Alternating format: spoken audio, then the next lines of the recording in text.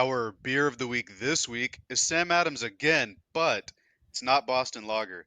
It is Oktoberfest. Oktoberfest is one of my favorite times of the year. It's my favorite kind of beer. So excited to drink it and ready to get into this Panthers rant we're about to start. Seems like a very fitting beer. First podcast in October for us. I'm Steven, your host, joined by Jacob, my co host here on Purrfect Takes. We have a lot to get into, and part of that is the Panthers rant, like you alluded to. This is the first time we've been 0-4 since 2010, a Ooh. year in which we drafted three quarterbacks. Traded with the New England Patriots to get the rights to draft Armani Edwards in the third round, cost us a second round pick in 2011. So just a lot of downhill spiraling then, and it seems like we're doing the same thing now. Cost us the 33rd overall pick. So basically a second or basically a late first rounder, but that was rough. And we are 0-4, but guess what? We've held leads in all four games. I believe I saw a tweet today that we are the first 0-4 team ever to have a lead in each of those four games. So that's really fun to know that we're just that bad at holding leads so far. Oh, it's abysmal. And the defense does its part. It hems and haws for about three quarters. And since we get very little offensive production, their gas come the fourth quarter, and offenses are able to kind of find holes in our defense at that point and make us pay. So a lot to get into, and some of that is alluded to the offensive side. Do you have anything to get off your chest about Frank Reich before we get into it? It's a little further down in the notes, but I'm gonna say it now. Post game press conference. He says, I called a play for that could only go to Adam Thielen. First of all, there should never be plays that only go to one person. All right, that's just uh just basic football. He said I called a play that could only go to Adam Thielen, but I realized he wasn't on the field and we had to call timeout. What? How do you let that happen? I mean, Well, can it, like is he not able to manage the game correctly because he's focused on calling plays and stuff too? Like that's just inexcusable. it's not only that, but when he should be calling timeouts, he doesn't, and we'll get into that in a little Hmm. bit. But this is one of the things that we had brought up right before the season started, and there was a lot of hype about our coaching staff as a whole, which I think is one of the best top to bottom as a coaching staff. From a play calling standpoint, Frank Reich didn't crack the top 20 play callers going into the season based on a model I ran in the offseason. So this is where I thought we benefit from a marriage with Thomas Brown coming from the McVay tree and Frank Reich. I thought there would be a little bit more juice in the offensive play calling. We had Josh McCown, who had previous quarterbacking experience not too long ago in the NFL as our quarterbacks coach. And that's where I thought the youth and just kind of having your pulse on how NFL offenses run nowadays, we wouldn't have the production that we have on the field. It wouldn't look suffocated, and that's what we have with Frank Reich. It just looks abysmal. He's drawing up plays for only one player and not just designing a play to get guys open and have different reads throughout the field. Like that's what I liked when we had North Turner back in the Rivera era. He had different high lows set up for Kyle Allen, just simple easy buttons where you can read one defender, and that's just it's not in this offense, which is it's disheartening. Yeah, you said the phrase "run an offense" nowadays. If you say that to Frank Reich, he'd tell you, "Oh, we're running on offense." He likes to run on first down, and I believe it was John Ellis who pointed it out. I think you quoted it earlier this week. We're terrible at running the ball on first down. It's like a 1.9 yard average gain on running on first down, and it's always Miles Sanders too. Like Chuba's not getting in the mix. They're not. Raheem Blackshear's just been banished. I don't know where he is. They don't give Chenault any run on first downs. It's so predictable. It's hard to understand it. If we as fans can predict it, do you not think that the coaches paid millions can't predict it? Like, what's going on, man? Absolutely. I mean, our first down success rate rushing the ball is 24%, and passing the ball, at least our success rate's around 46%. We do a lot better running on second down. Our success rate's about Hmm. 57% on that down. We don't tend to run a lot on second down because we get in these second and tens or second and long situations. We're throwing the ball, and then all of a sudden we're ending up in a third and long situation, and that's never ideal for a rookie quarterback behind a busted interior offensive line. Like the thing is we're down to Zavala, who it was a backup guard that we drafted this past year, and Cade Mays. And if we had Corbett and Brady Christensen, I think at least Bryce would have a little bit more time in the pocket, but it's not the case. And so it's very head scratching because the play calling doesn't seem to kind of fit what we are at this point in time. So And you said third and long, right? So ideally, you want to move the ball like down the field, right, past the sticks. So what's the opposite of that as a throw? Probably a screen pass, right? You know how many screen passes we were in? I think it was like 7 or 8. Like, if you're gonna trade up to draft a guy with the number one overall pick, let him chuck that ball down the field on third down. Like Terrace Marshall, and I had high hopes for Terrace Marshall. I like what Thielen's done so far. These guys are not getting you 8, 9, 10 yards on screen plays on third down, especially when it's like the sixth or seventh or eighth screen you call when the defense is ready for it. I saw another great Panthers podcast break this down on a video format, but it was one of the screens Bryce throws. As soon as he throws it, the Terrace Marshall, he knows it's a dead play. Like Hmm. his head immediately looks down. You can see his disheartened because he knows this type of play calling isn't going to move the chains. And so it's one of those things that we aren't helping ourselves with what we're doing. And we talked about it last week how Reich, he did start 1-5 his first year in Indianapolis before turning it around. But the difference is that they scored 34 points in 2 of those 6 games and scored less than 20 points in only one of those games. The Panthers, on the flip side, compared to the Colts back in 2018, scored less than 20 points in 3 of our 4 games. This offense has no juice, and the fans are losing faith very quickly, as we've talked about for the first 5 or so minutes of this podcast. And it's embarrassing. Like we've seen this ever since Tepper stepped in the building, and I'm not blaming this completely on ownership, but he's been bringing in guys that are not capable at the head coach position, and it's becoming very apparent. And it just maybe we should have gotten Eric Bieniemy because he's looking okay in Washington. Maybe we should have, and you said it earlier this offseason. It was in a tweet. We've talked about it recently and in more private conversations. But Shane Steichen should have been the hire. He's a quarterback Hmm. guru. He's a quarterback whisperer. We've seen it with Justin Herbert, Jalen Hurts, and he's doing it right now with Anthony Richardson. It's mind boggling. It is absolutely mind boggling. And to your point, it's screen passes. Screen passes what we're calling if we aren't calling stuff across the middle. And Bryce was on the money on plays across the middle. Like he had a couple drop touchdowns this game, and he was dotting people up with hitting Thielen and Terrace Marshall on breaking routes, in breaking routes. So it's some of those things where it's frustrating to see kind of where we're at right now as a franchise. Right. Doesn't call a game that fits the offense and fits his QB well. Calls timeouts, but then, like you said, doesn't call timeouts. We got the ball right before half. We could have executed a 2-minute drill, but then he let like 30 seconds tick off the clock. And then obviously we don't move the ball on the next play because we didn't call a timeout to get the play call in and everything. Because for some reason we struggle getting play calls in too. So we have to settle for Eddie Pinero's longest career field goal. Like even if we didn't get a touchdown, Pinero shouldn't have had to attempt a 56-yarder. Like we could have gotten it to where it was like a 40-yard field goal, I would hope. But thankfully he hit it and we went into halftime with a lead, but like come on. What do we do? What are we doing? This is stuff that we saw with Rivera. Like he had, I think Rivera's last year he had to bring in like a clock management coach. We saw it with Rule too, just terrible at timeout management and stuff. This is a veteran coach that's been in and around the league for decades. This should not be a problem, but it is. Like it's I don't understand it. It's hard to understand. It is. And it's one of those things that it goes back to he's not using 12 personnel to his advantage. If we're in 12 personnel, we're running the ball. And if we're in 11 personnel, we're passing the ball. And if there was more of a marriage between the run and the pass game, maybe we run more 12 personnel, those early downs. Maybe the defense thinks it's a run.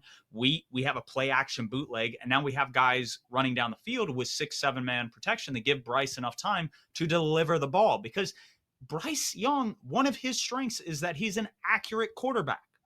Let Hmm. let him stand there and deliver a shot. We saw it all the time in college. All he needs is that opportunity, and he's not getting that opportunity. And that it all goes back to that play calling.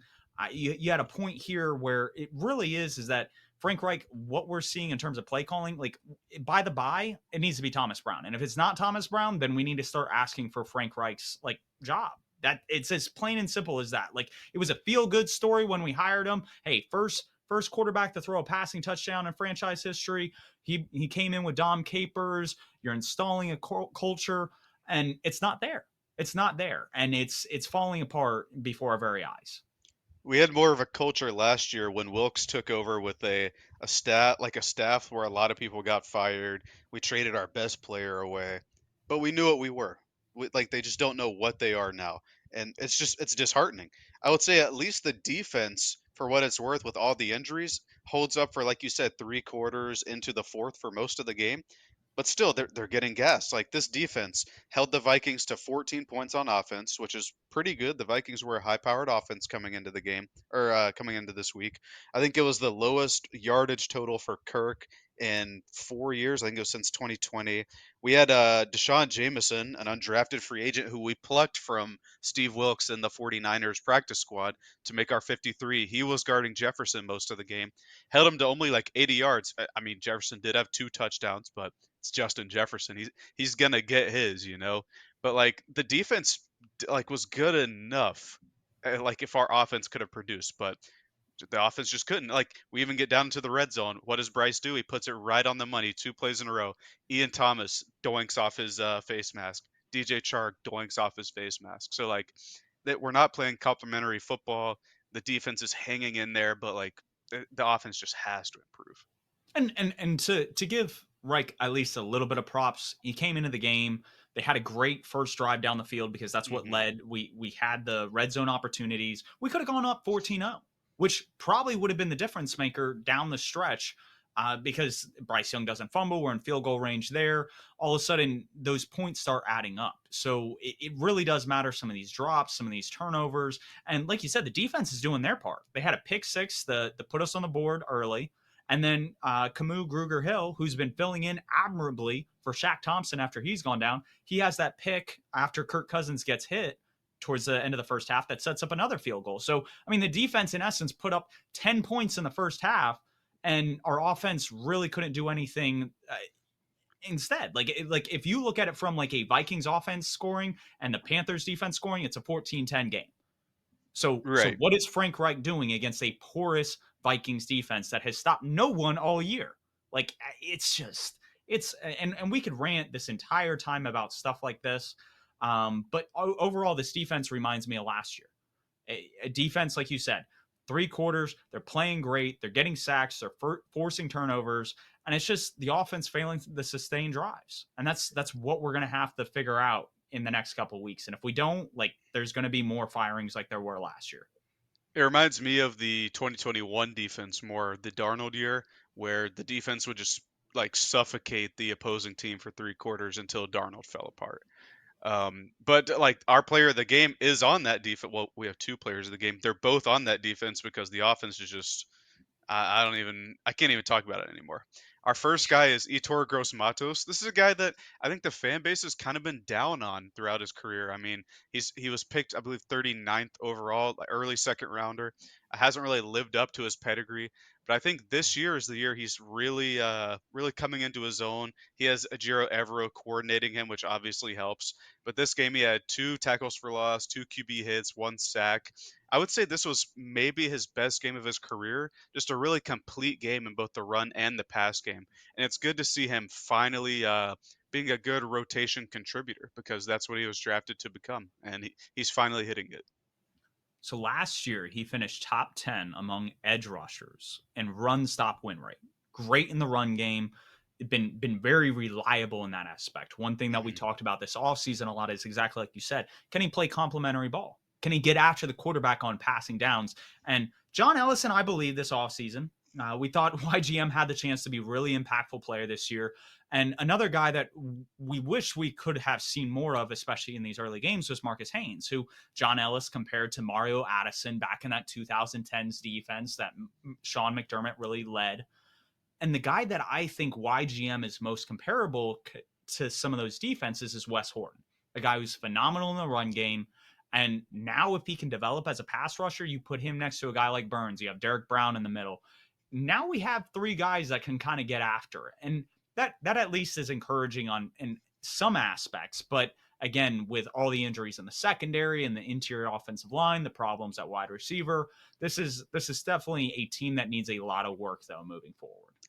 If YGM can be what he's been like the past couple of games, a complementary pass rusher, like you're saying, not the primary guy like Derek Brown or Brian Burns, but a complementary guy, the defensive line is going to be all right. And I think the other player of the game is Deshaun Jameson. We mentioned him before. Now, he was covering Jefferson for the majority of the game, but this was his first like really big game action. Dante went down early, so he had to come in and spell him there. Did give up those touchdowns, but held Jefferson to under 100 yards. And on that pick six, where Sam Franklin's slowing down, he does not have the wheels, I'll tell you that. But Kirk Cousins, of all people, is about to come up there and he's about to get him. And coming all the way from the back of the end zone, running all the way down, is Deshaun Jameson. Just like an absolute hustle play. And he blasted Kirk Cousins on that pick six return. Like, it was one of the hardest blocks I've ever seen from a DB. And then he blasted KJ Osborne at the end of it, too. But that kind of hustle is what this team needs on defense as well. Like, aside from the Horn and Henderson and Dante Jackson injuries, this is a guy that I want us to keep around because he's doing the things that we need to see from from either side of the ball. Just hustle plays, and it was good to see that good team play there on that pick six. Now, we talked about it. Bye weeks coming up. Hopefully, we have the Lions coming up this week, and then we're going to be at Miami. I don't think we're going to beat Miami in Miami. Like that would be a miracle in and of itself. A lot would have to change in the next 2 weeks. But if we can eke out a win in Detroit somehow, some way, you go into the bye 1-5. At least you have a win to kind of build on. But going into that by 0-6, like there's going to be a lot of questions. Tepper's not going to be thrilled. Like his whole thing since he's got here is he wants a winning product on the field. And that has been everything but what we've gotten on the field, whether it's been at home or on the road. So it's really intriguing. We'll talk more about it after we talk around the NFL about the matchups we're interested about with the Detroit Lions. But is there anything else about this Panthers team as we're heading into that? Like, is this something that we need to start considering a fire sale? Do we need to trade Brian Burns? Do we need to look to get a wide receiver? Because that was the rumors before this game this past Sunday against the Vikings, is that we're in the market for a wide receiver, which shocking. We had one in DJ Moore before we traded him, but we're in the market now. Yeah, if they were never going to pay Brian Burns, excuse me, I think that him going to the Bears would have been for the better because he's a better player than DJ, so it probably would have costed less in the trade. But that's neither here nor there. That was in the past. But I think 0-6, I think it might become a fire sale because for me, outside of Bryce Young and Derek Brown, I think anyone is expendable. And obviously, Brian Burns brings the most back.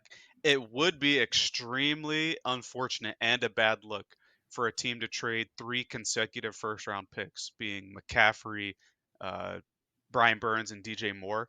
Obviously, the McCaffrey and Moore have already been traded, but for this team to go fully into the rebuild, which I think they're finally realizing it is this whole offseason, Scott Fitterer and Frank Reich were talking about making a run for the NFC South.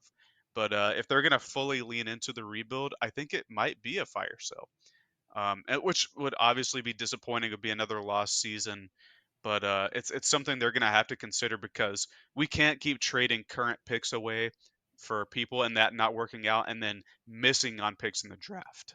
This past Sunday, we had three starters that were drafted by Scott Fitterer. Those are obviously Bryce, Ike Aquanu, and Chandler Zavala. Now I know that like J.C. Horn was hurt, um, Jonathan Mingo was hurt, stuff like that, but he's had three drafts here. And for only there to be three starters, like no depth really. Zavala wouldn't have started if Corbett were healthy. If there was no depth with his draft. So if we keep trading away picks for veterans, we're gonna have less and less picks for him to draft by. And he's already bad at draft, so it's like what are we gonna do there? Are we gonna go for the proven veteran player because Fitterer can't draft, or is Tepper gonna say quit trading away picks? We need picks, but then is he gonna miss on those picks? It's a real conundrum. Well, that's one of the things in both of us. We've mentioned his name probably a million times, and we're going to do it another million before the end of this series. Jason Fitzgerald. You can't Mhm. build a roster through free agency. That's just not how it happens. Some of the best teams that we see in the NFL year in and year out, it's homegrown talent. And it's not only homegrown talent on their rosters, it's that they're so good at like finding talent that other teams are pulling teams off of them. And you have teams like the Cowboys and the Ravens where they have players all across the league that they developed. And Right. that's what you're supposed to do as a franchise is you're supposed to find those guys that not only work for your system, but are so good that they transcend that system and that other teams want them. And that's just something that we aren't able to do in the draft. Exactly like you said, the guys that we traded away were guys that Herney drafted. CMC, Derek Brown, DJ Moore, a guy that, oh, well, Derek Brown hasn't been traded, but Derek Brown and Brian Burns, like those guys weren't drafted by Fitterer. And like you're saying, Fitterer is not hitting on his drafts. And then we're trading away picks to get a guy like Bryce Young. And then we aren't even protecting him and putting guys around him. So it's one of those things that a lot of this is falling on Fitterer's shoulders. We can't blame Rule anymore that, oh, these are Rule roster building decisions. Like, no, Scott Fitterer built this team. This is his team. Just like Joe Douglas gets a lot of crap for the way he's built the New York Jets, it's the same thing here in North Carolina. And so it's one of those things, as much as we've had put a lot of heat on Frank Reich over the first portion of this podcast, a lot of it needs to be on Fitterer. Like, if there's not talent in the building, it's hard to work with that as a coach and put a product out in the field that's actually going to work. I agree. His first draft here, that was I believe it was the J.C. Horn draft, his first draft. He did a lot of trading back. I believe we ended up with 11 picks in that draft. And that gave me a lot of confidence. You know, you always want more darts to throw at the board. And I was like, okay, he knows how to do this thing correctly. But then disappointing free agent signings. I know the whole Watson saga probably wasn't all his fault or anything. It was probably being driven by coaches, ownership, stuff like that. Or we missed out on key free agents that summer because of that. And then the next draft, we trade up for Matt Corral, so that's a pick. And then we trade for Baker, that's another pick. We had 11 picks in that first draft. I believe since then, in two drafts, we've had 11. So it's not ideal to be trading all these picks away. It's just I don't think it's been a great job by him as a whole, especially now looking at this whole Burn situation. So you're right. A lot of the heat does need to be on Fitterer, and hopefully we'll be able to figure it out this year. But I don't know. It's looking bleak. Very bleak. Now, we will kind of pivot here from all this Panthers ranting and kind of get into stories around the NFL games that we like this past Sunday. And that'll obviously lead into the best performances. What were some of the games that kind of caught your attention and eye this past week? And just a couple notes on those that you have. So we'll start with the one on Thursday, the Lions and Packers. That was actually one of my takes, I believe, in the last pod that the Lions would go into Lambeau as favorites and get the job done. And that's exactly what they did. They absolutely dominated the Packers in the first half. And in the second half, there's some kind of questionable calls. The Packers kind of clawed their way back in. But it was an all around win in my opinion for the Lions. I mean, Montgomery came back, had a monster game. I believe Taylor Decker also came back that game. So they're really getting back into form. I know the talk was, oh, the Packers are getting all their guys back, but the Lions are getting their guys back. And just this week they'll be getting their first round pick from a couple years ago back, Jameson Williams. So they're really hitting their stride. I believe they're 3-1 now, one of the better teams in the NFC. And if they can get a win this next week, I know it'll be a tough job for them against us. But if they can get a win against us, they'll be riding high, 4-1. That game as a whole, I thought was a good watch, fun to watch. What I want to make sure moving forward with the Lions that wasn't like an anomaly. I can't even pronounce words. Um, with that Packers game is they dominated the trenches Hmm. so well. Like they sent 4-man rushes and were able to just collapse the pocket around Jordan Love. And that falls a lot on the Packers offensive line. This is an offensive line that's usually graded out to be like a top 10 unit or at least above average unit. And they just could not keep the Lions pass rushers away from Love. And I think that changed the course of the game because what we've seen, Love has definitely been inaccurate. He has his faults. But within that Matt LaFleur system, especially over the first 3 weeks, when he's been given time, he's able to deliver the ball. So I think moving forward, that's the big thing for the Packers. And then if the Lions are able to start generating pressure like they were with Aiden Hutchinson, with Some of the other guys, I think they have like Isaiah Buggs on that interior offensive line or defensive line. And so if they're able to get kind of pass rush with those guys and they're able to drop 7, they're able to drop 8, that changes what you're able to do on defense and would make them a true contender in the NFC. So that's something I want to kind of keep an eye on with the Lions moving forward. Was there any other notes you had, other games that kind of intrigued you over the course of the weekend?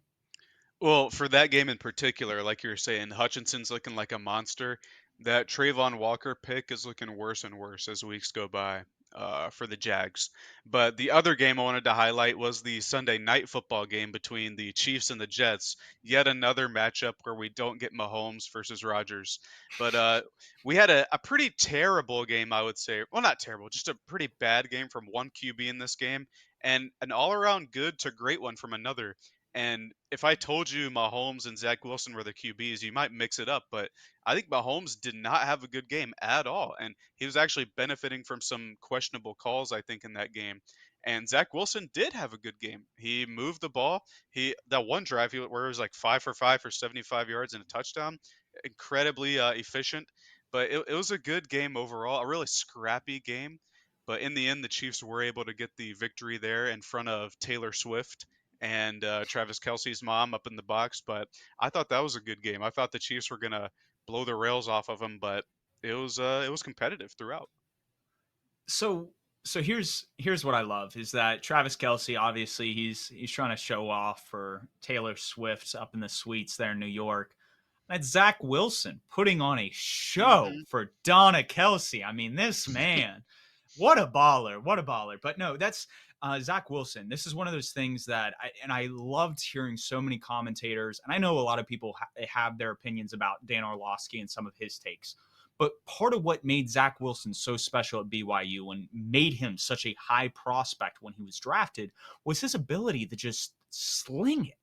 Like Hmm. he has the ability to just throw the ball. And the issue was, and we've discussed this multiple times, is his ability to play in structure. Well, if you're an offensive play caller and you guys you have on the offense a guy like Garrett Wilson, you have some of the wide receiver depth that they have, you have Brees Hall coming out of the backfield, incorporate some more explosive opportunities. Let him uncork it. And so if you start doing more of that while Rodgers is recovering, you might have a chance to win some of these games and build confidence for this young quarterback because that's ultimately who you want to turn this franchise over to in a couple years. You don't necessarily want to restart at that position. If you're able to develop this guy into a competent starter, then all of a sudden the Jets look like a completely different team. So definitely a lot of promise from the Jets overall. Definitely two games that I think you clued in on very well. Yeah, if you have Aaron Rodgers and Zach Wilson's ear, kind of giving him tips and tricks, I think it's going to do nothing but help. I know a lot of the talk was that oh, Zach Wilson's going to be really disappointed, really down that Rodgers is there taking a spot. But I've already seen some flashes in Wilson's play that remind me a little bit of Rodgers, like the little bootleg touchdown where he hid the ball really well and got out and Mm-hmm. hit it on the right. That's a vintage Rodgers play right there. He did that to us in the preseason, except it was to the left. So if he's getting some really good coaching from Rodgers, I think it's going to help him in the long run because, like you said, this is a guy that the franchise is probably going to turn the keys over to once Rodgers ends up retiring because we know Woody Johnson just loves Zach Wilson. And if he's able to improve into a competent, dare I say, above average QB because he's having to sit back and watch Rodgers or right now learn from Rodgers, it's going to do nothing but benefit him. And exactly like you said, learn from Rodgers because I think some of the throws that Jordan Love likes making, like you'll see him almost like lean back off his back foot like Rodgers would do all the time, and you'll see that like Jordan Love in his game this season, 4 games in, and so it's cool when you can sit a guy behind a Hall of Fame quarterback and let him take some of those traits and have him in his ear and go, okay, this is how I need to make that play, or this is how I need to throw that ball, and exactly like you said, some of those play fakes at the goal line, like the more you can do some of that stuff, the better you're going to be as a player. So I think it's overall great. A couple games that I want to cue in on weren't necessarily the most fun to watch, but I think could be a good indicator of a matchup we have this coming week. And that was the Cowboys against the Patriots and the 49ers versus the Cardinals. And what we know of the Patriots and the Cardinals so far, they may not be the best teams in the NFL this year, but they're scrappy teams and they play hard. The Patriots took it down to the wire against the Eagles, against the Dolphins, beat the Jets, who we just talked about.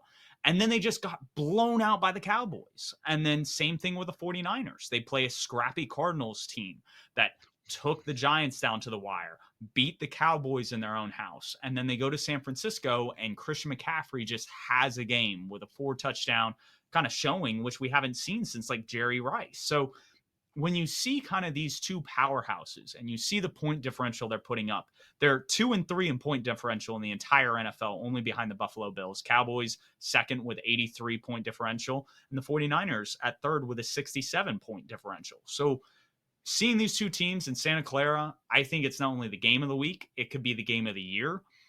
There's a lot of great matchups. I think the issue is Micah Parsons is not great in kind of the run game, and so if they're able to kind of run at him and they're able to kind of scheme some blocks up, whether it's Trent Williams on him blocking or if they have Kittle kind of chip, allowing Trent Williams to get to the second level, and Parsons isn't able to kind of beat some of these blocks or make a play on the ball, that this could be a very long game in favor of the 49ers. Yeah, I didn't as far as these past 2 games go, I didn't see much of the 49ers and Cardinals. I know McCaffrey went off, I think he had, what, 4 touchdowns? Something insane. It was like 3 rushing, 3 1 receiving. ru Yeah, it was insane. Yeah. Yeah, they were feeding him. We've known he's that kind of guy. He just got bit by the injury bug too much here in Carolina.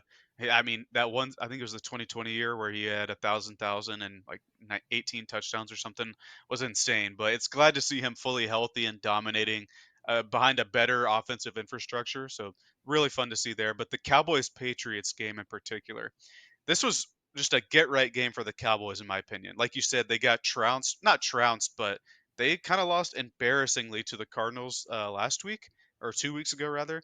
And so they come in to the Patriots' house and they're like, all right, got to do everything right. Let's get it. Let's do the right thing. And that's exactly what they did. Just suffocated the Patriots' offense. I believe Mac Jones got benched at the end of the game.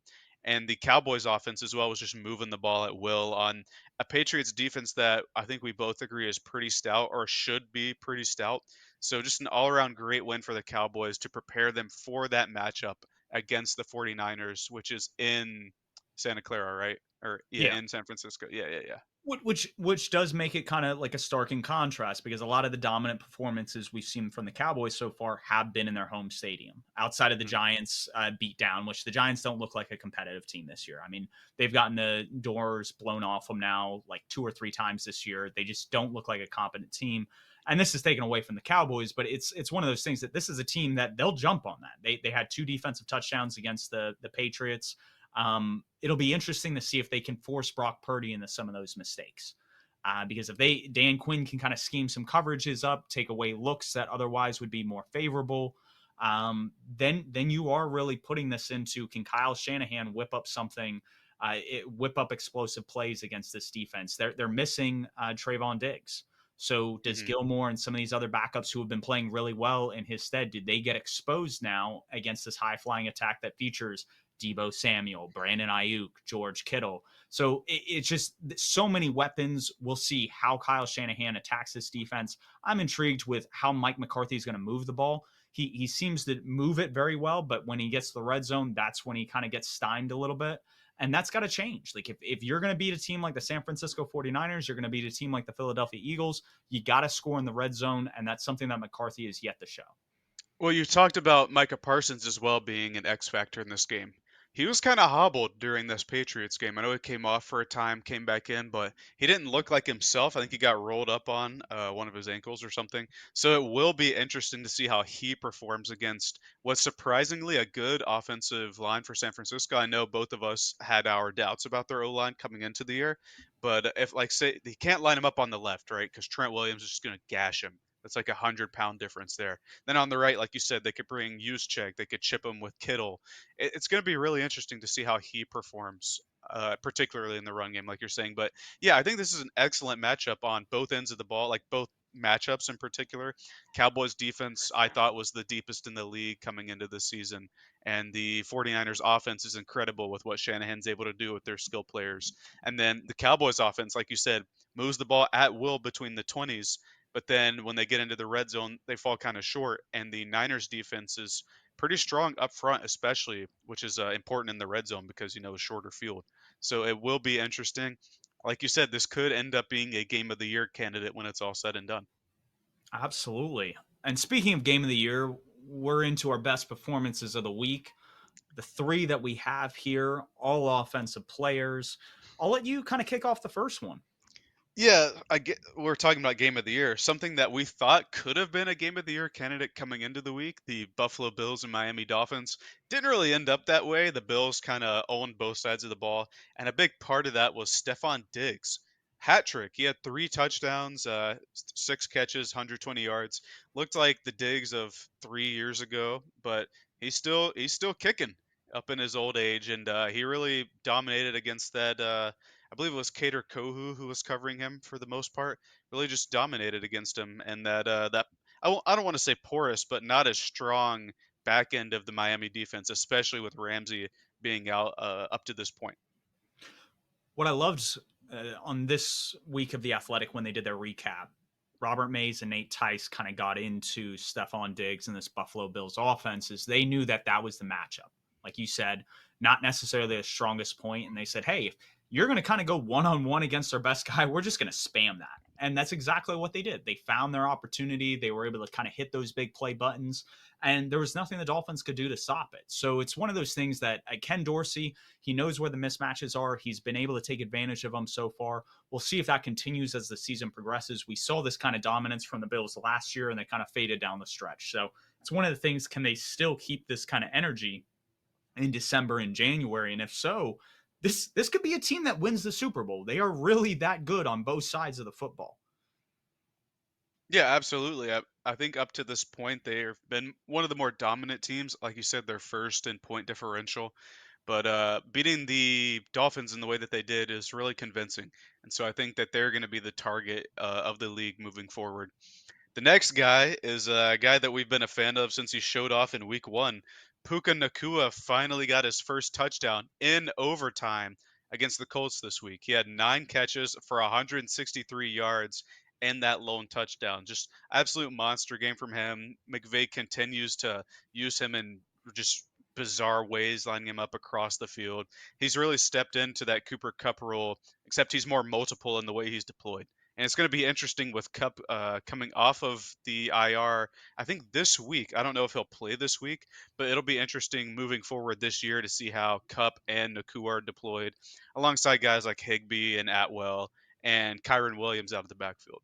If you have two guys on the field for the Rams that can kind of play that cup role, and Nakua and Cooper Cup, and they're able to kind of be effective the way they are in slice and dice kind of slot corners and linebackers that may be on the covering them on kind of the inside and how they line up more slot and in line.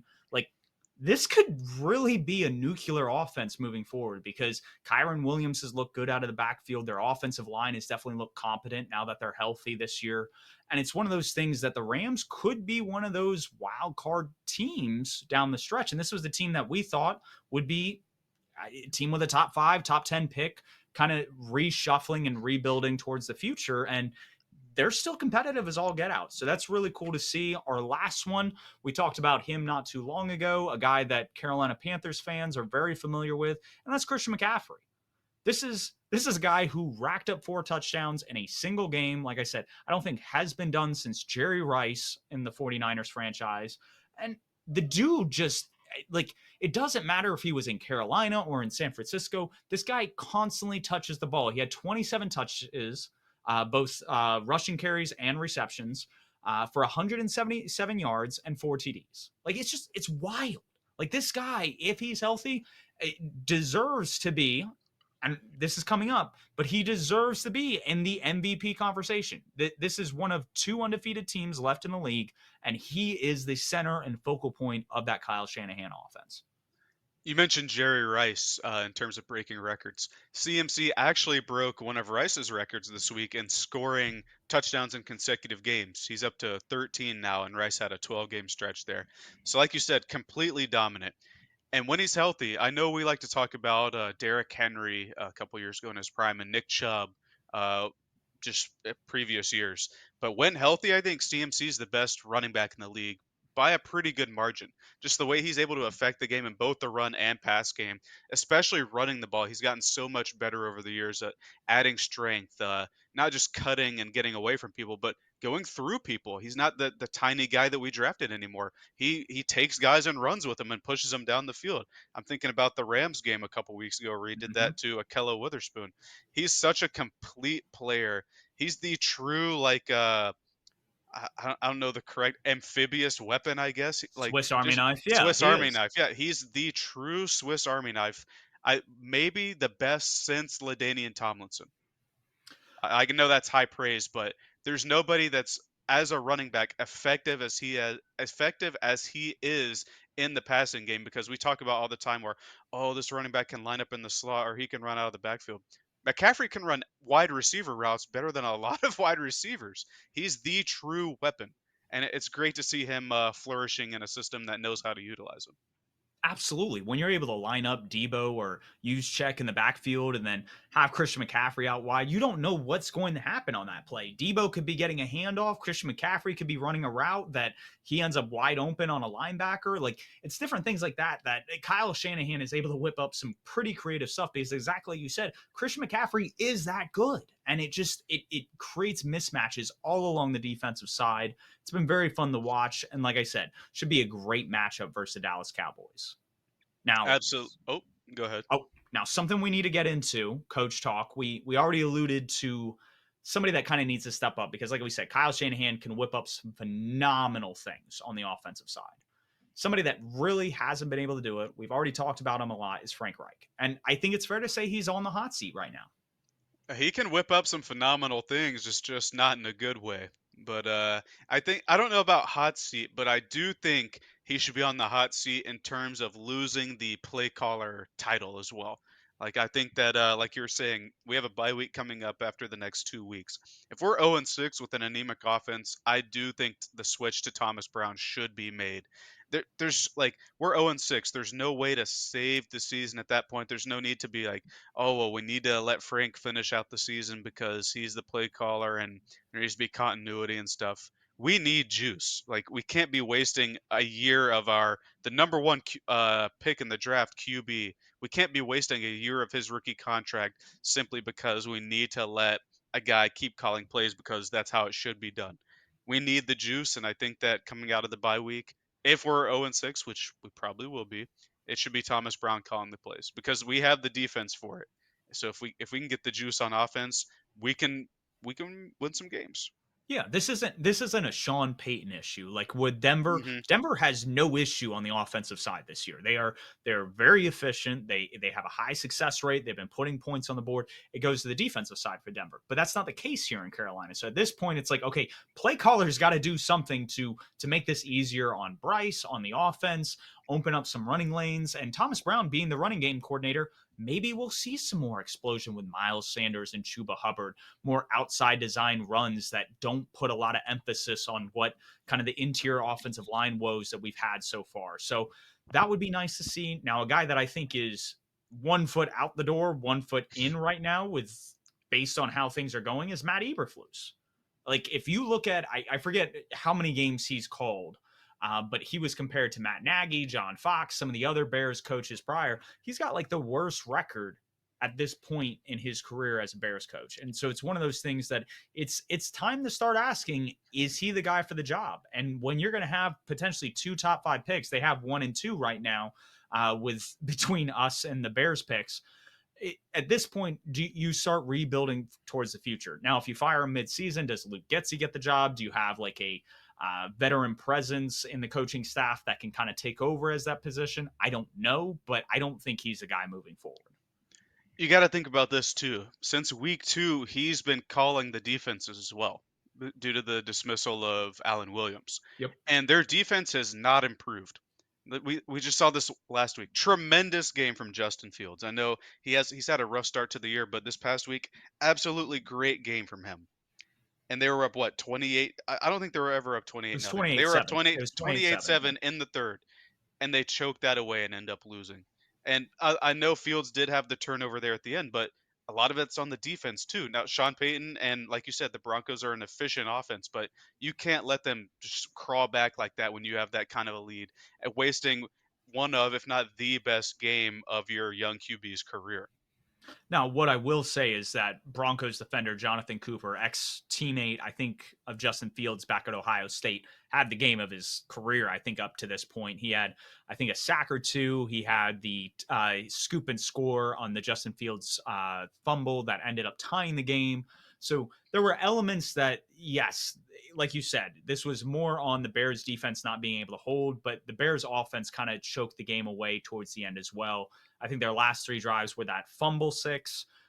Then they had the 4th and 1 where they got stuffed inside the red zone or close to the red zone. And then on the last drive, Fields throws the pretty much game losing interception. So at that point, I it's I disagree there. They scored 28 points early in, or they had 28 points early in the third. That should be enough in today's NFL. I think the it defense should just fell flat. And absolutely. Eberflus is calling that defense.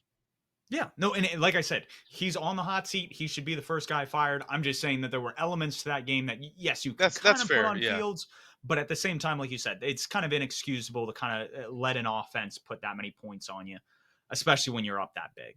Now, another guy that we need to talk about from a defensive standpoint is Brandon Staley.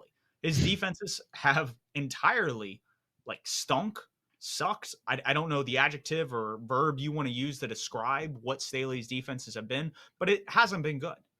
And I I mean, I would say this Raiders game, they were okay. They did get a boost from a tremendous game from Khalil Mack. He has, I think, 6 sacks total now. I don't think he had any coming into this game. He's going to finish the year with like 7 sacks, and 6 of them will come against Aiden O'Connell, no, like no, a no. fourth or fifth He'll round have 10 rookie. sacks. He's going to get Yeah, four more sacks against Jimmy G the next time they play the Raiders. yeah, Don't worry. yeah, But yeah, yeah. But yeah, the defenses just have not been good. so in the only thing I'll say, and Brandon Staley isn't wrong for going on these 4th and 1s. What I will say is that they have seemed to think that they can just go up the gut against defenses, and either they think defenses aren't going to expect it, or they feel like they have better guys up front in the interior offensive line, but it hasn't worked. They got stuffed with, I think, the fullback dive against the Vikings last week. And then Justin Herbert was literally, I think, a broken finger on his left hand. They're Yeah, he was asking him to wearing a do a splint. Yeah. they're asking him to do a quarterback sneak.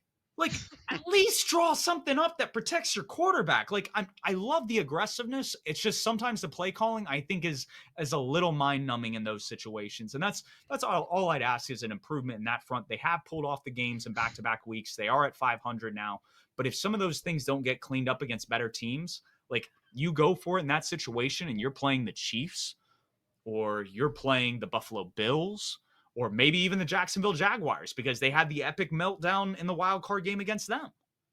Like you Hmm. face some of these powerhouses in the AFC, that doesn't fly there. You have to convert those to end the game. And that's what I've failed to see from this Chargers organization underneath Staley is their ability to just hit them with a kill shot. And that hasn't been there. And until that changes, like this is a guy that I think needs to be canned by the end of the year. This point I'm about to make has nothing to do with Staley, but like you're talking about with Justin Fields with the broken finger, that right before they had the 4th and 1, or not right before, but it was that series of plays. It was 1st and 10. They had him do a handoff, but with his left hand instead, like the hand that's injured. And I believe it was Josh Kelly that took the ball. And you can see Herbert like kind of shaking his hand right after he handed it off. Like you got to protect it. I mean, this was last year. This does have to do with Staley last year where Herbert had the ribs against I believe it was Jacksonville in the regular season, and Jacksonville was winning like 41-42 to like 10, and they Yeah. kept Herbert in the whole game instead of taking him out. And Staley was like, well, if you know Herbert, you knew he'd want to stay in that game. He probably would, but you need to protect him from himself. That's part of what being a head coach is. That was one of the bad things about Rivera. He couldn't protect Cam from himself.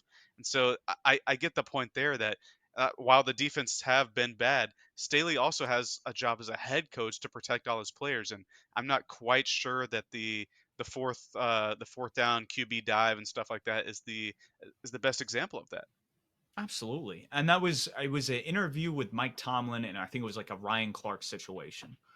Ryan Clark got cleared by the medical staff, but it was like one of the times previously before playing the game, he had a bad experience playing the mile high, the higher elevation. It didn't affect like his heart or something specific with his health. Doctors cleared him. He did everything he could to play the game, and Tomlin said, "No, you aren't playing." Because exactly like that, the head coach was able to step in and say, "Hey, this is more than the game that gets played for 60 minutes. You Right. you have a life, you have family, you have other things that are more important at the end of the day than this game." And that's what I think a lot of these modern coaches sometimes fail to realize is that this is bigger than just the game. Absolutely. Now, a guy that I think is phenomenal, both from a head coaching standpoint, a play calling standpoint, and a guy that should honestly garnish some attention now for head coach of the year or coach of the year is Sean McDermott. Like he has put the Bills back on the map in terms of a team to be reckoned with because a lot of people wrote him off after the finish they had last year. And they fell apart at the end of last year. There's no escaping that.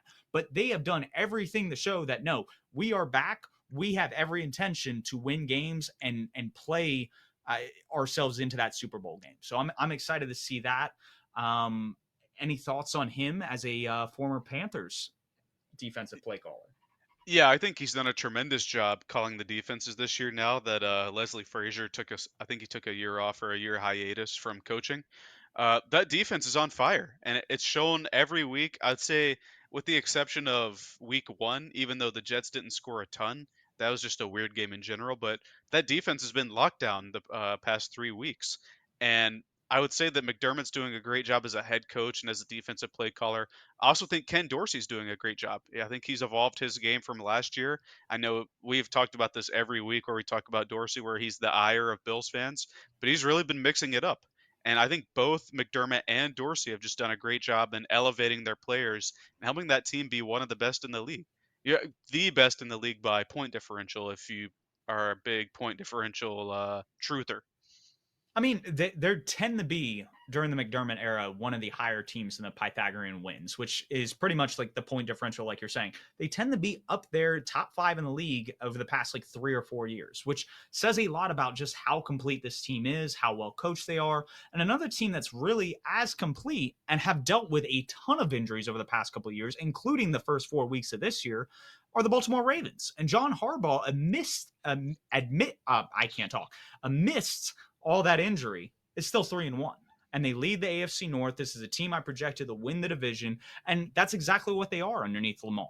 And as long as they keep Lamar Jackson healthy, they're going to figure out this offensive scheme. They're going to figure out how to get the ball to Zay Flowers, to Mark Andrews, to some of these playmakers they've added on the offensive side. And the defense, even with some of the injuries they've had on the secondary and the defensive line, I think David Ajabo was dealing with a knee injury. I think Marlon Humphrey's been out for different things. Even with all those guys out, they have been playing lights out. And so between Mike McDonald and John Harbaugh and Todd Monken, this is a group that I think will pick up steam as the season goes on. Not only are they 3-1, but 2 of those wins are division wins as well.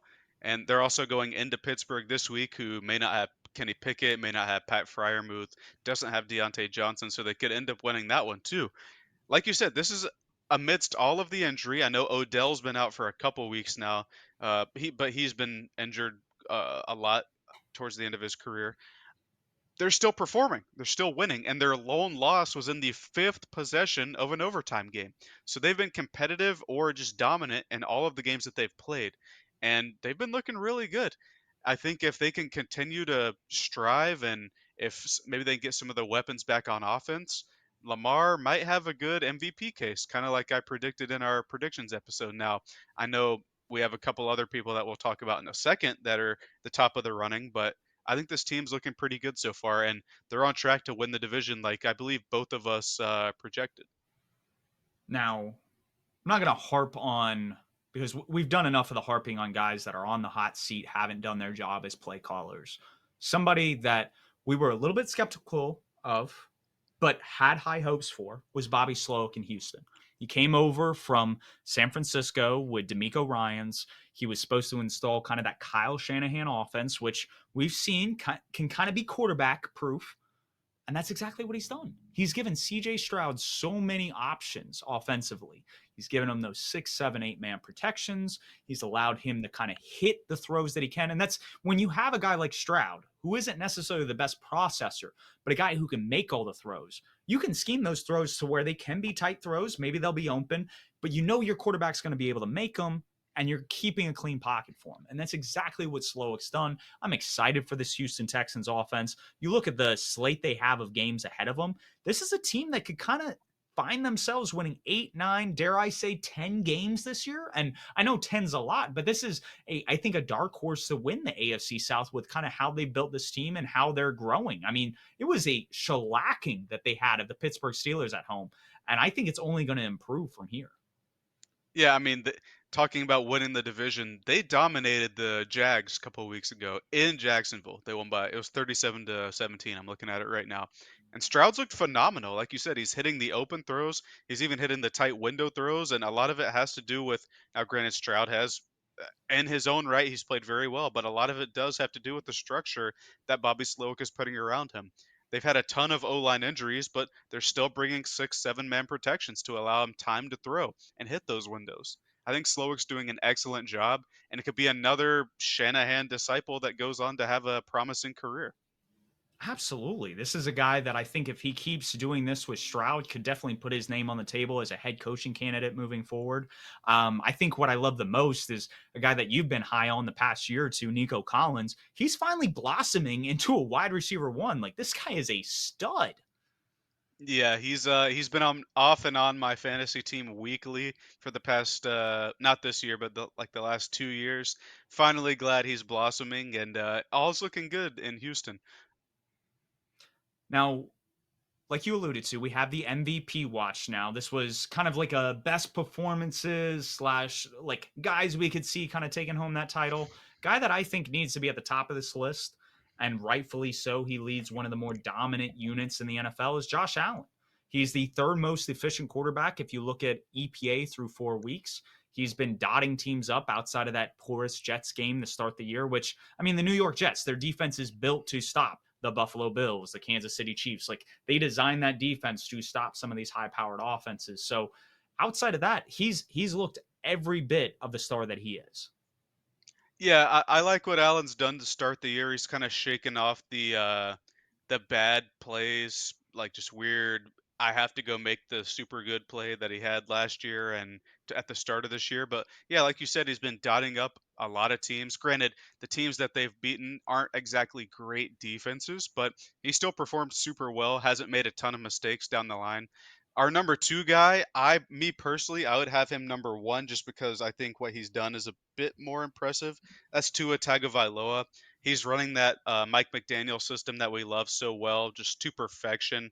Their only loss was that one lone loss this past week to Josh Allen and the Bills. But other than that, he's been lighting up teams, just or even destroying one team. I know we don't want to talk about the 70-point thing anymore, but I think what he's been done is just incredibly efficient. He's second in EPA. Allen is third. I believe Brock Purdy's first. But I just enjoy, or not enjoy, but I just like what he's done so far. Just played within structure and even out of structure, he's maximized what he's been able to do. He's looking like, and I know we talk about all the concussion stuff with Tua, but if you go back to Alabama, I believe what hampered him the most in his development was that initial hip injury. And right Mm-hmm. now, he's looking like to a pre-hip injury, just the way he's able to move, process, and hit like the perfect throw instantly. I think that's what we're seeing right now, and that's like I know I might have a little bit of Alabama bias, but I think what he's been doing is just a tad bit more impressive than what Josh Allen's doing because I think one, he's just been more efficient, and two, he's played just a bit better defenses. But I could see the argument either way. Now, something that's impacted these rankings, and I kind of want to elicit this before we talk about number three, but the reason why we picked these two guys is they lead two of the more dominant units in the NFL. And that typically is where the MVP vote goes to. It's best player on the best team. And I know that kind of sucks because sometimes you have a better player on a worse team that doesn't get as much recognition. But for the sake of discourse, these are the guys that we think are kind of the front runners right now. And the third guy, who we talked about earlier, I think is Christian McCaffrey. This is a guy who's on one of the last two undefeated teams. It's the 49ers and the Eagles right now. He has over 600 total yards and like 7 touchdowns. I think he's on pace to have over like 1,900 rush yards, a bunch of receiving yards. This is a guy that's going to break probably that 2K mark as long as he stays healthy. And it's one of those things that if he is the cog on the one of the best offenses in the league, why shouldn't he be considered? I agree. You said best player on best team. Unfortunately, I think it's been QB on best team as of late. I think the last one was Adrian Peterson, the last non-QB.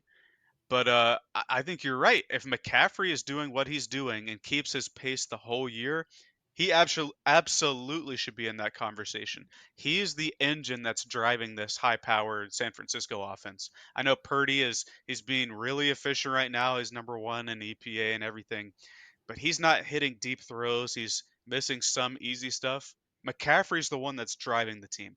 And I think that, like you said, if he can hit over 2K total yards, if he can get, say, I don't know, Around what, 30 touchdowns. He's eight, got to get around 30 30. touchdowns. Yeah, I I mean, mean, LaDainian Tomlinson, you think back to that MVP year, he's going to uh, have to put up gaudy numbers to get recognized. I was thinking Peterson. I think he had like 21, 22 total that year. But yeah, if he gets close to 30 touchdowns, I don't care what QB is doing well. He deserves the award. But he absolutely deserves to be in contention here. I know there is going to be discourse. I know Ben Baldwin for one kind of laughed at the idea that McCaffrey should be in the discussion a couple of days ago on Twitter, but he absolutely deserves it. It's not just a like it is a QB award recently, but it shouldn't just be a QB award. It should be most valuable player. I think back to the 2014 year with JJ Watt. I know you're a big JJ Watt fan. Mm-hmm. He was one of, if not the most valuable players in the league at that point. So I think as a football scape as a whole, we give it to QBs, but it should be geared more towards the league as a whole there. But that's just my rant on McCaffrey being an MVP candidate. We do have a couple honorable mentions as well. We talked about Matthew Stafford before. I think he's playing some of his best ball in his career. The stats may not reflect it, but he also doesn't have a triple crown winner in Cooper Cup. He doesn't have Megatron. He doesn't have all the people he had in Detroit. He's doing it with a rookie and Puka Nakua. He's a fourth or fifth rounder. He's doing it with Tutu Atwell, who's just not had a good NFL career so far. Doing it with Van Jefferson, kinda. He hasn't really done a ton this year. Doing it with Kyron Williams, a backup running back, because they traded Cam Akers a couple weeks ago. And he's doing it with an O line that's been kind of scrapped together this offseason. But he's playing phenomenally. Like I said, I think he's doing some of the most impressive stuff he's done in his career. And if he keeps it up, he might end up in that top three, top four at the end of the year if the Rams are competitive. If this team can pull off 10 wins with how this roster looks, I absolutely think he deserves to be in this conversation. Like if you look at a lot of film breakdown, I understand like a lot of it's like one or two plays you'll see on Twitter, but he does make some spectacular throws, has done it his entire career, but he's doing it in structure, and him and McVay are on the same page. And when you have that kind of play calling coach duo, a lot of times that's all you need. That's what we're seeing in Miami between McDaniel and Tua. It's when those guys are on the same page and they're able to kind of make plays, sky's the limit. Now, another guy that we have on here, a guy that's kind of hampered by supporting cast and is going to have to play tremendous hero ball to continue to be in this conversation, is Justin Herbert. A guy that balls out, broke his finger, still played phenomenally, dropped that beautiful pass to pretty much ice the game against the Raiders down the sideline to, I think, Josh Palmer. And it's when you look at that style of play, and if they can actually put things together and roll into kind of like postseason play with 10, 11 wins, and Herbert looks like the best quarterback in the NFL, there's no reason he shouldn't be top three by the end of the year. I agree. We've been spoiled with some good QB play to start the year. One game that's not gonna have like tremendous QB play, I don't think. Hopefully, it does from one end. Is the upcoming Panthers game this week? We're going to Detroit to face the Lions, and it's gonna be some interesting matchups. I'll let you take away the first one. The most interesting matchup that we have kind of going into this kind of Panthers Lions game is going to be our O line versus their D line. Like I said, is last week what we saw in Green Bay, is that here to stay? Like Aiden Hutchinson's looked great the past, what is it now? 17 games plus 4, 21 games that we've seen of his career. He looks every bit of the number 2 overall guy that was taken. And so, with that in mind, if he's able to dominate our offensive line, they're able to get pressure on Bryce. It's going to be a long day for our offense, like we've talked about. And that is going to kind of hamper what we want to do offensively. Now, if our offensive line can kind of bully and set the tone and we lean more on the run game like we did against them last year, maybe we have a shot. But that matchup, I think, is the most critical going into Sunday. Yeah, the run game last year where it was the Arctic tundra in Bank of America Stadium. Yeah, hopefully They we were can talking about how the turf felt like concrete. Yeah. yeah, the coldest game in franchise history. Funny enough, this past preseason they were also at the hottest game in franchise history. So the Lions they know how to like mess with the temperature when they play us. I want to see what Ben Johnson is able to do against Ejiro Evero, and hopefully if Evero is able to stop what he's scheming up, like we did last week with Kirk Cousin and the Vikings. We held him for most of the game. Now they did have a good running effort. I think Alexander Madison had just under 100 yards, but if they were able to hamper the passing game like we did against the Vikings, the Lions aren't a great running team down the field per se. They don't use Jameer Gibbs at all, and Monty. and well, no, Monty's not a great just like down the field runner. He's a good goal line backer, short yardage runner, but he's not getting you consistent yards. So like if we can stop the run game like between the 20s, like not to the goal line, and we can play the pass game like we did last week, we have a chance to have our defense hold up again. But like you said, it's going to come down to if our offense can do anything. And that just all goes back to Frank Reich. Is he gonna do the right thing? Is he gonna make adjustments? Is he gonna call runs that aren't halfback dive on 1st and 10? Is he going to uncork and let Bryce do what Bryce does, or is he going to call 29 screens again? These are the questions we need answered. Yeah, no, they definitely need some answering.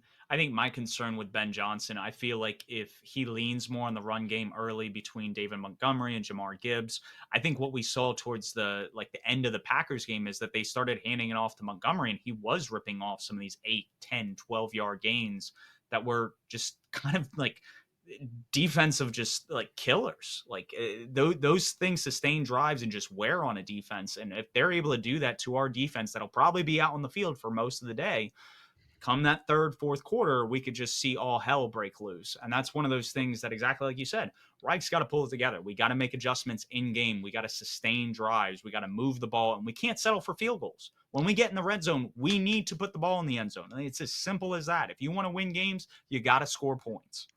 I agree that's what I mean. Like at the end of the game, you're right. Montgomery did start ripping off runs, but the Packers defense was gassed. That we need our defense to not be gassed, and if we can move the ball on offense, I think we'll accomplish that. Moving towards the future because it's not looking good for Panthers fans this year. We like to do the college standout section from the past week. I don't think anybody stood out more than Brock Bowers. That in the Georgia Auburn game, Auburn had him on the ropes for a while, and I don't like either of these two teams. But towards the end of the game, Brock Bowers came through. He's a yards after the catch monster, just excellent tight end. He's the best parts of Kelsey and Gronk, some people say on Twitter. I don't know about all that, but he's really good. He's up there for best prospect in this class, other than Marvin Harrison Jr. And he won the game for Georgia after they were sputtering the whole game. I think he had the game-winning catch for sure, but I think on that drive he had three separate catches where he just got 10, 15 yards of yak, and he was the real difference maker there. JJ McCarthy, the quarterback for Michigan, absolutely destroyed Matt Rule's Nebraska Cornhuskers in Harbaugh's first game back this season. I believe it was a 48-7 game, I think was the final score. And McCarthy, I think, had 4 passing touchdowns and a rushing touchdown. Just really torched him there. But I don't think Panthers fans need to worry about QBs for a while. And then the last guy I want to talk about is the Notre Dame running back, Audric Estime, I think is how you pronounce it. He had a really good game. I think it was over 100 yards, and he had the game-winning run. It was on 4th and 16, and Notre Dame called a run play and he got the first down, not only the first down, but ran it in for a touchdown to win it at the end versus Duke.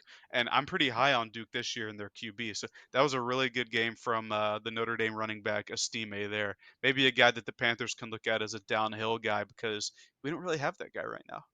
No, we don't. Now, to your point, and I just want to preface this from an analytics standpoint. You brought up Brock Powers, and I think that was a Bowers, not Powers. He's a great prospect. I think he deserves to be one of the best prospects coming out of this class. But what we've seen with the tight end curve, especially when we've seen guys like Kyle Pitts and Eric Ebron, and I understand they aren't necessarily the receiver and blocker that Brock Bowers is, but when you see how long it takes for some of those guys to develop at that tight end position, that sometimes it takes 3 4 years. I don't know if that's a guy that teams should really take a gamble on unless you're prepared to develop that guy. Like Dalton Kincaid, for example, hasn't had immediate impact. He's had a lot of targets. He's definitely impacted schematically what the Bills have done, but from a production standpoint, he's not hitting the ground running like we've seen some of these wide receivers do in the draft. So that's one thing I would say. I enjoyed the fact that Nebraska is now 2-3 under Matt Rule. That is enjoyable. So I think that was fun to see. And exactly like you said, that one thing that we're missing, and I wish that we hadn't let Deontay Foreman leave in free agency, is that downhill running. We cannot have physical runs up the middle because we don't have the running back that kind of take those hands off or the handoffs for those. And that's why I said, oh, do we look at a LeGarrette Blunt? Do we look at Ezekiel Elliott? We never grabbed a guy like that to kind of bolster our roster. And we have these kind of like, I wouldn't say scat backs, but they're slimmer in They're build. finesse running backs. Yeah, Miles Sanders, Chuba Hubbard, and Blackshear even. Like these guys aren't meant to be downhill runners that'll get you 3 4 yards if you need 3 4 yards. Absolutely. That's a guy that the Panthers should be looking at in the draft next year. Now we're on to our perfect take section. And as we're winding down this podcast, I think the take that I have, and I don't know how much of a take it is because this team's played so scrappy all year. They're playing at home against a team that is spiraling, and that's the Cardinals. And I think they're going to upset the Bengals at home. I think it's a +3 line at the moment via FanDuel. I'm actually pulling it up right now. Yep, it is still a +3 line there. I think it's an upset. I think the Cardinals win that game. I think they'll go to like 2-3. And again, they don't look like that bottom dweller in the NFC. They look like a team that'll kind of scrap its way to close to 500 on the year. Yeah, I could absolutely see that. I actually also have the Cardinals winning currently on our pick'ems chart right here. But like you said, the Bengals don't look right on offense. Burrows, we've said it the past couple weeks, he's still pretty clearly hurt. Jamar Chase isn't getting the touches that he's accustomed to. T. Higgins isn't following up on the pretty good year he had last year. So their Bengals are all in just disarray on offense, and on defense they're competitive but not good enough to win them games as a whole. And like you said, the Cardinals are scrappy. I think the Cardinals now, and from a talent perspective, I don't think the Cardinals are better than a lot of the teams they go against.